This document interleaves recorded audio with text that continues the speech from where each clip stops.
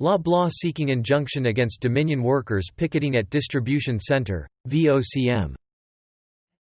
Quibi app to shut down. Entertainment news, Castanet.net. Peachland Cannabis Company fired staff after union organizing, Kelowna News, Castanet.net.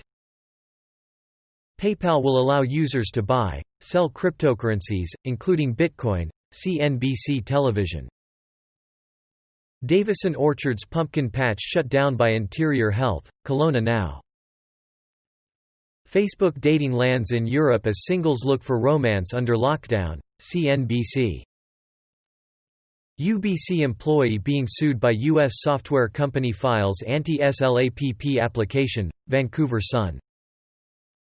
Candy maker creates first digital Halloween trick-or-treating, Good Morning America.